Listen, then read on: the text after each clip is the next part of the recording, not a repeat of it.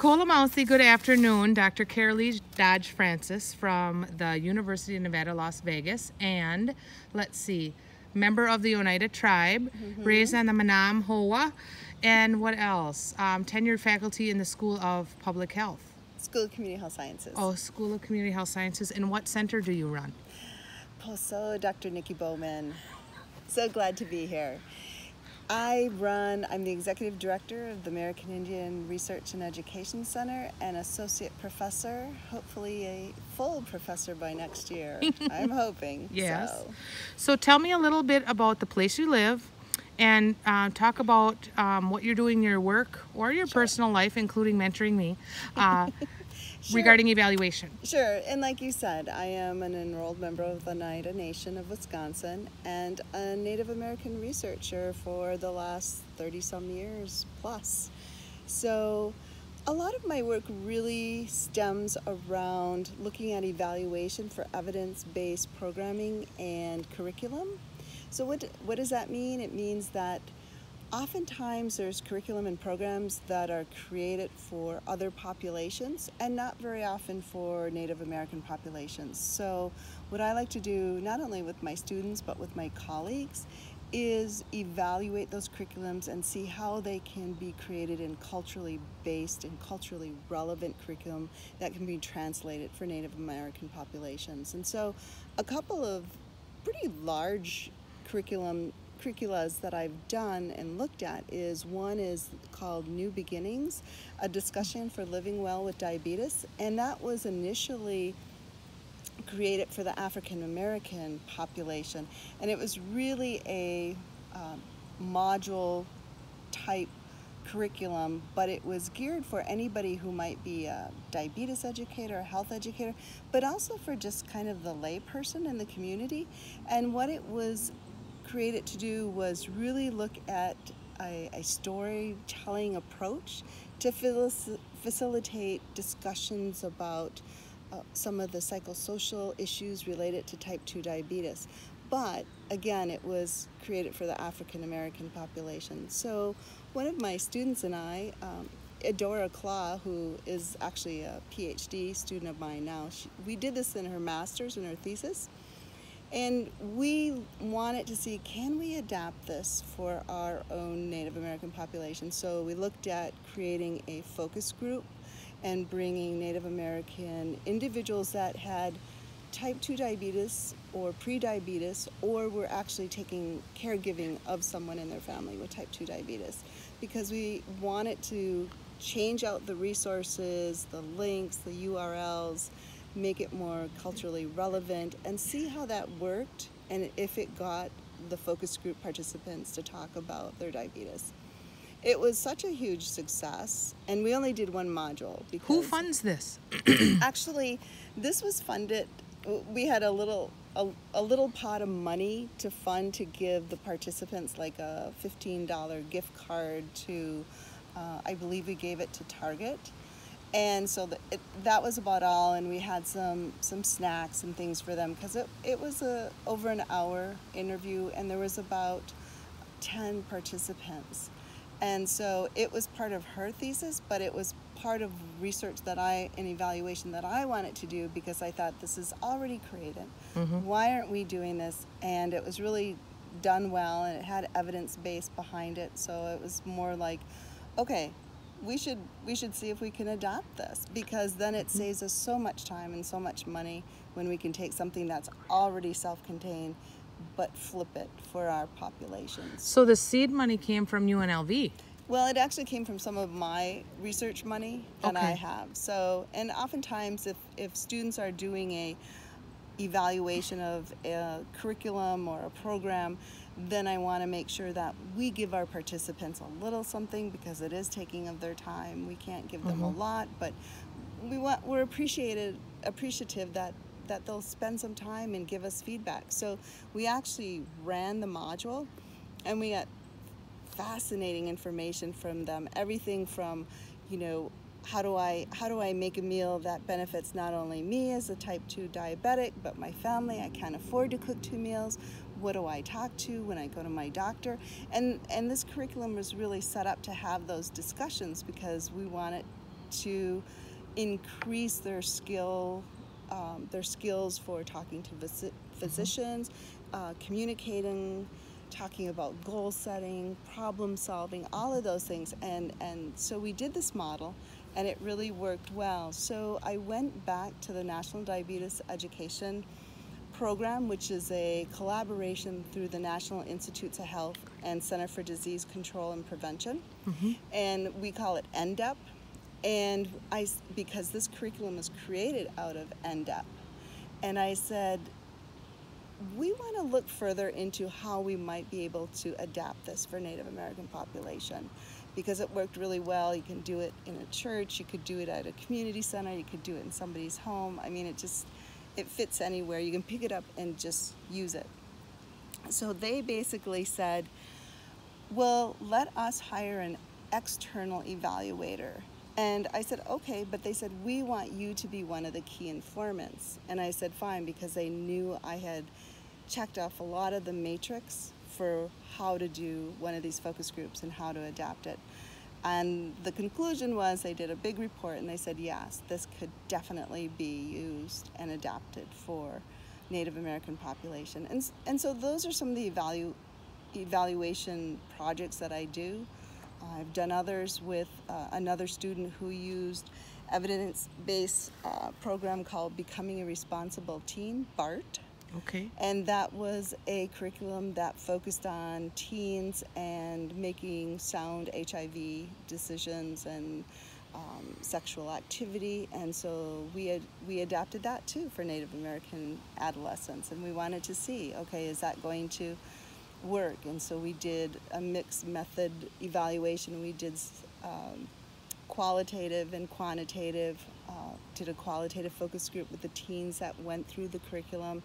And I think the benefit of doing that is that you're not expending so much time and energy and money to create something new.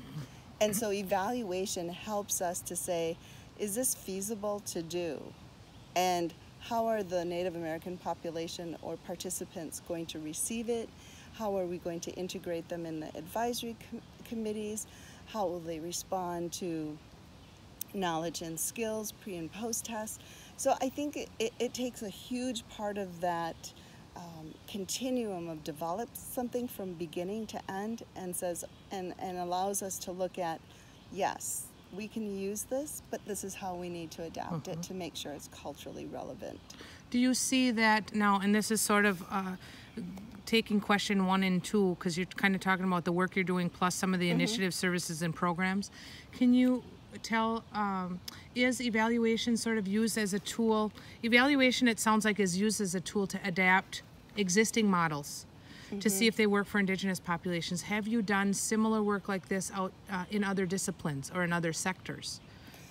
I've done this, well, I have actually done a K through 12 national diabetes curriculum, and that was with the National Institutes of Health, NIDDK, National Institutes of Diabetes, Kidney, and Digestive Diseases, NIDDK, I have to kind of remember what that, but also Indian Health Service was involved, Center for Disease Control and Prevention. And that was that was from beginning to end, and we created a K through 12 diabetes facilitated curriculum for Native American population, and we went through several phases of evaluation, and we went through beta testing and field testing. We wanted to make sure that curriculum was sound and that it was scientifically factual. So it went through a lot of scrutiny, not only from the tribal colleges. 8 tribal colleges were involved with the authoring of that curriculum, but then we also reached out to scientists both at NIH and CDC to make sure all the science was correct and that it was similar across all the units. And then we looked for schools to actually pilot and beta test and public, field test. Tribal, private, what were they? They were both. They were public and they were tribal, because we wanted to get a good mix, because as you know, the majority of our Native students are in public schools, which was kind of a misconception that that most of them are in tribal schools, which isn't true. The majority, 90-some%, are in public schools. And so we needed to see, would this curriculum translate to a classroom that maybe only had 25% Native American students in it? And it did, because it translated to other populations within the classroom, and they could relate to it. And that was really key, because if it hadn't been able to, then we weren't sure, you know, what we would have done. We would have been back at the drawing board. But yeah, so it went through 3 phases of evaluation, because we wanted to make sure that it wouldn't just sit on the shelves in a teacher's classroom. And it's actually still being used today. Do you have, so you talked about CDC, Center for Disease Control, NIH, National Institute of Health, maybe some seed money from UNLV to fund some of these programs. Who else is funding the initiatives, and who are the folks that are involved, both Native and non-Native? You know, implications for, you know, evaluation use, really, and evaluation research, as well as just straight evaluation. Right, and I think Indian Health Service and CDC have had a long partnership, and they were, what's interesting, at the time of the DETS curriculum, the Diabetes Education and Tribal School curriculum, Indian Health Service and CDC had pooled money, and CDC created the Eagle books, which were also diabetes-based, but they were Eagle books that were geared towards talking about diabetes to a younger age, K through 3rd grade. And from there, that stemmed out into chapter books for middle school students. So in all of those evaluation projects, there has always been a very strong Native American advisory component to it from beginning to end. And I think that has helped those types of programs to be successful and to be continuously out there. So I think that without advisory groups and without having a broad section of Native American, and it's not just always evaluators involved. When we looked at the BART curriculum, we looked for community people, doctors, lay people. It's not just one segment of the profession. We want a cross-section of Native American people to be involved. Yeah, because that was one of the questions about when an evaluation has done really well, what has worked well for local people or tribal people. Sorry, I know the mosquitoes are bad here. They're getting me too. And, you know, I think it's, what I heard you say is there's a good cross-section, and it moves beyond just the cursory advisory group. Right. I mean, it could be from faculty to practitioners to traditional people to, am I getting at kids, elders, what? And I think it's almost less faculty people when I do evaluation and more people in community. You know, whether they're in a professional health capacity or whether they're elders or whether they're on a council or educators, we want to make sure that we have a good mix when we invite people into the beginnings of any type of evaluation, because if we don't have a good mix, then we'll miss something when we're going to do adaptations. And that really throws a monkey wrench in everything, because then you're having to start over oftentimes, or you get to actually implementing the program or the curriculum and they're like, who made this up? And so we want to make sure that we have a multitude of people involved from community and from different professions as we move through the process of evaluation and adaptation of curriculum and programming. So when you're doing that adaptation and the testing, and you have that cross-section, do you have a sense of how Indigenous people feel about evaluation, both where you've worked with them and other things that you've shared? I know you don't speak for all Indigenous evaluators, but like, what has been your experience in your 30 young years of being a professional, you know, evaluator? I think that people want to be involved, and I think too often we forget to ask. And sometimes it's just asking, and it's not so much sending an email or calling them. Sometimes it's more about the face-to-face, so that they get a better understanding of what you're asking of them. And I think often that's very important, because, you know, just to send an email, and sometimes emails don't explain, but if you can actually spend some one-on-one time and explain and say, this is the reason we're looking at this curriculum, because we have a problem in our community or across the nation with diabetes, as it's an epidemic proportions in our population. We're needing your help, your assistance, because we need to address it. Oftentimes when I talk to groups and I say, how everybody stand up who has a family member that has type 2 diabetes, it's amazing. And I said, now look around the room. So we need people who have diabetes, who don't have diabetes, who are caretakers. We need a variety of people to make sure that the evaluation that we intend to do and the adaptation is beneficial to the population. And so I think it's really about asking people and talking to them. The women that came to our focus groups were amazing, just amazing in what they wanted to share. And they said, nobody's ever asked us to be involved in anything like this. And I said, I want you to be very blunt, very honest, because this is about making this curriculum so it fits our people. And I had individuals from 18 to like 70 something. So the age differences too are extremely important, because I had parents and grandparents and and younger adults. So I think that we really focus on trying to make sure that we cover not only gender, but we also cover age and where they are in the community.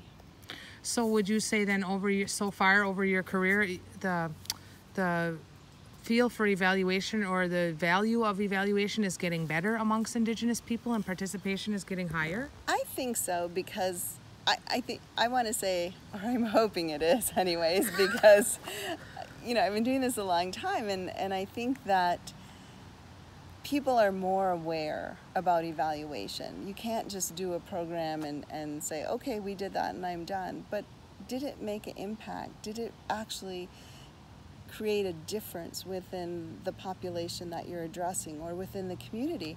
And evaluation also gives you the ability to tell the story. Here's what happened, here's what we did, and here's how the participants responded. And if you can't tell that story back to tribal community or your funder or your supervisor, then it really was an exercise of being half done.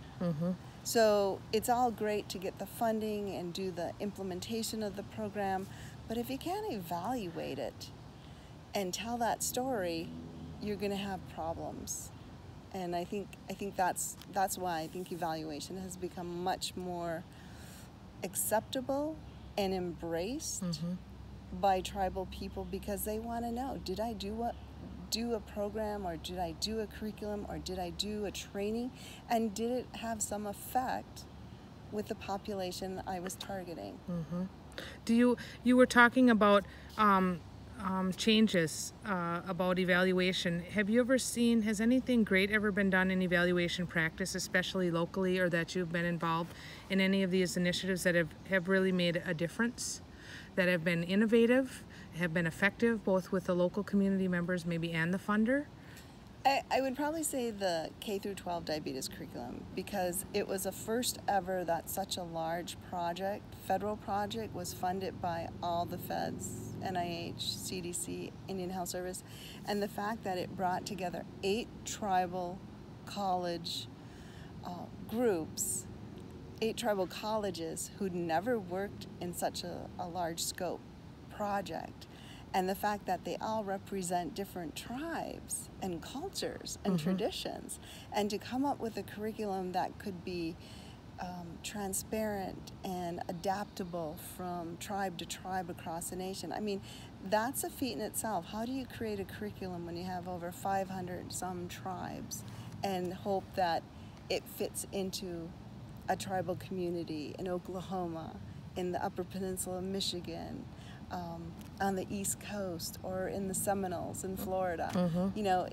So I think it was an amazing effort by Native American educators and healthcare professions and the federal agencies to create such a large curriculum endeavor, and then make sure that evaluation was a portion of it.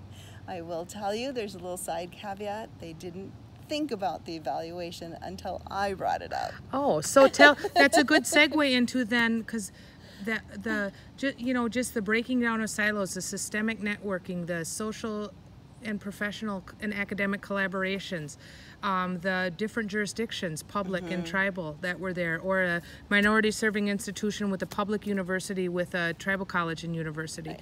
You know, public and tribal schools, all of those were important. But tell me, connect it then, I was going to say, how did that translate to the evaluation? Because we know you had something to do with it. What were key things that had to happen in order for the evaluation to be as dynamic and impactful? Well, and that was part of it. And I said, is anybody going to evaluate this? And of course, unfortunately, there weren't a lot of funds directed towards that. There was more funds in creating the authorship and creating the actual modules. But I said, we need to evaluate this. How are we going to know if it even works, or whether tribal communities even want this? How do we know that? And part of it was the tribal diabetes leaders had said we wanted something after the diabetes prevention program showed that, you know, if you exercise and look at your lifestyle and behaviors and eating, that you can delay and prevent the onset of type 2 diabetes. So they went to the feds and said, help us. So once that got going, I said, we need to evaluate this, because how are we going to report this back? How are we going to tell the tribal communities, yes, this is an acceptable curriculum and it's working out there in Indian country? So, of course, when you raise your hand, sometimes you get voted to be the chair of that committee. So I was the chair of the evaluation committee. So Indigenous leadership. Yes, yes. As evaluator, PI or co-PI, what did you do? I was responsible for molding the evaluation of this curriculum and setting up, talking with tribes and schools across the nation to get them to embrace and implement the curriculum for our pilot, beta, and field testing. So that was, and I also was the author on the high school sections, but that was really a big component of what I did with this curriculum, because it was important. And so I would literally go to, you know, tribal principals, non-tribal principals, and say, we really want your feedback. Could you do this? We had pre and post tests. We had surveys. Oh, so you kind of worked with local community-based evaluation teams. Across the United States, I worked with schools to say, please help us. So would worked with schools mean also building local capacity for evaluation? Yes. Could you talk a little bit more about that? Because that's one of the questions of what is being done to build local capacity. So is there a commitment to it locally or otherwise? So I think mostly locally, it was from the teacher standpoint, because one of the things, the teachers, they get hit with a lot of different initiatives statewide and federal, and benchmarks that they have to look at. So I worked with them to explain what the evaluation looked like, what it would entail, how much time. So sometimes I was like evaluator salesperson because it was really, I was selling, I need to help with this evaluation, and I need your help and assistance to actually do the evaluation. So brokering basically evaluation for a curriculum that was brand new and had never been created before was monumental to really getting this curriculum into other tribal communities. So once we could evaluate it and we could look at what teachers were saying and what students were saying, then we could go to other tribal communities and say, here's what they're doing with it, here's how it works. And to this day, I still do some teacher professional training across the country on the curriculum. So, and I'm always evaluating it. So one of the things I'm hoping to do, because, you know, as soon as you roll out a curriculum, something changes. So we went from my pyramid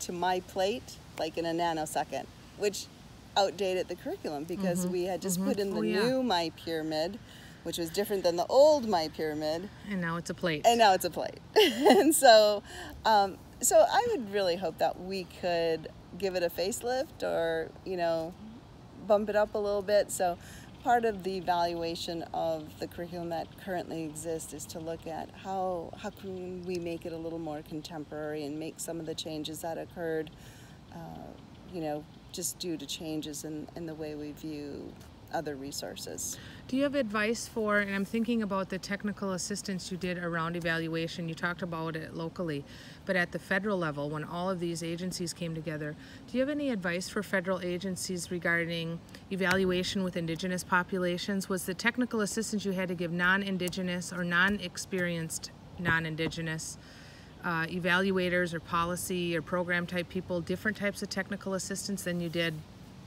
evaluators locally, especially Native evaluators? Yes, I think there's a fairly huge learning curve for non-Native evaluators, and just the nuances and the complexities of when you deal with tribal communities, and I say that more general, but even when you get to the smaller subsets of schools or tribal government or health workers, there are a variety of nuances that you need to know how to relate to and interact with. Could you give us just one or two examples so that I know what you mean, but our non-experienced and non-Native or non-Indigenous viewers might not know what you mean? So one of the, I think probably the most important is you don't just waltz in and say, "Hi, I'm here." And I think it's about building relationships, and there are always gatekeepers for any community. And you need to understand who the gatekeepers are, how do you build a trust relationship, how do you build a working relationship so that you can be introduced to others within the community. And I think that part is probably one of the biggest learning curves, and that just because you know one Native American doesn't mean you know all the Native Americans and all the cultures and all the traditions.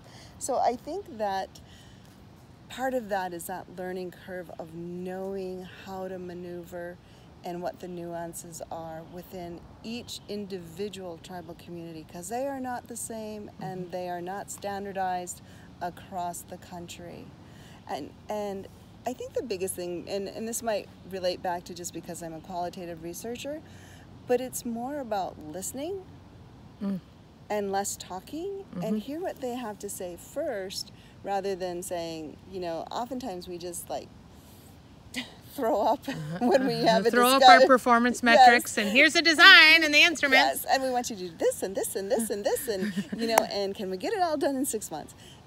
That really isn't the way to go. There needs to be a conversation. Understand what a tribal community is about. You know, what goes on here? What are the people that live on the land, and get to know them, because it's really about relationships and trust building. And if you don't get that, you're not going to be asked in. So make sure that you listen. I always tell my students, I said, your job is to listen. Talk less, listen more. And I think that's really important. So the other thing is, I think when you have advisory councils, Native American advisory councils, you ask them to be at the table for a reason. Let their expertise shine and utilize those expertise, because why have it then? So make sure, you know, if it's just to check a box, then you're doing it wrong. They are there to help you, guide you, give advice, and really be your champions for what you're trying to accomplish. Do you have, as we close out the interview, knowing that we come from what we would consider the global Indigenous North, United States, knowing that, you know, Alaska, Native Hawaiian are part of, you know, Turtle Island, North America. Thinking just more nationally or globally, what would you want our professional association, American Evaluation Association, or the eval partners, of which Eval Indigenous is a subset, what do you have a vision or a wish or hopes or priorities, or, you know, what's important for these big national VOPEs, you know, to know? I think first of all, and this comes from my teaching and education background, but I think mentorship is so important to start with. And and mentorship across boundaries, across continents, because I think if we don't mentor or share, we end up in those silos. So I think mentorship is very important, but I also think that our understanding and our skills need to be shared. Someone once asked me, and they said, you do these grant writing trainings and you don't really charge anything, and why are you giving away your knowledge? And I'm like, that's not my knowledge to keep, it's my knowledge to give to others so they might learn. Now granted, they can tweak it, they can take what portion of they want, but it's about sharing the knowledge and making sure that we keep moving forward and making changes, not staying in isolation and just keeping everything, you know, to ourselves, because then things don't change. And so I think we look at it globally, it's about, gee, what are they doing, you know, across the pond, or what are they doing in First Nations, or, you know, and being able to say, hey, that might fit me, or that might fit the work I do. How do we reciprocate with that knowledge, and how do we share that knowledge? So I think for me, as I see younger evaluators behind me, part of it is we do great work. I think we need to be able to share that somehow with each other and to mentor each other, because if we don't, then we lose that circle of family within the evaluators. Now, how do you even improve on that? Do you have anything more to add, No, Dr. Dodge Francis? I don't. Well, we'll say Wowanan and what po so. Goodbye. Po so. Thank you.